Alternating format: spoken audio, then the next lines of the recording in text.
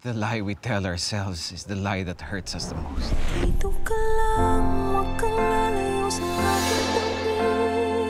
Ikaw ang aking pahinga. Kailangan kita. Suspect ako sa isang murder case. Kailangan mo sabihin sa mga pulis na magkasama tayo buong gabi. Nagsisinungaling ako para mabuhay, hindi para pagtakpan ang mali ng iba. Babayad ako. 1,000,000. Hindi magsasarang Cabrera News. I'm just following orders. Sino ka ba sa tingin mo? Scholar ka lang ng tatay ko. Tuta ang trato niya sa'yo. Ano bang halaga ng pagiging Cabrera if all your life you have to beg para sa lahat ng gusto mo? Pag na-save ko ang Cabrera News, make me the new CEO. I officially name the new CEO of Cabrera News, Walter Cunanan.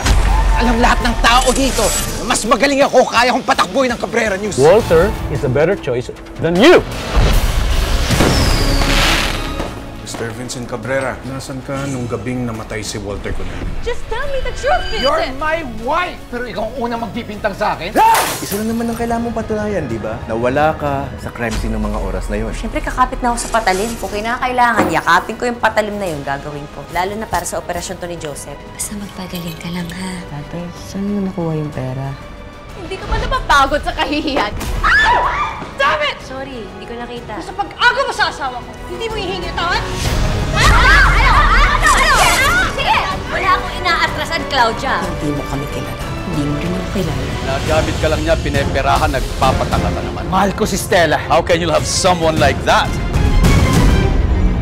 Si Stella, bayarang babae. Sanay gumawa ng kahit ano para sa pera. Si Cabrera, sanay gumawa ng storya. Marami pa tayo kailangan malaman.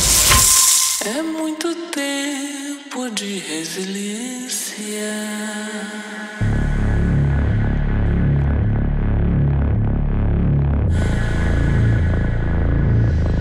Wala naman ang mawawala sa akin. Dahil wala naman na akong ibababa pa. Pero kayo, malaking mawawala sa inyo. At kapag bumagsak kayo, malaking kahihiyan niyo para sa pamilya niyo.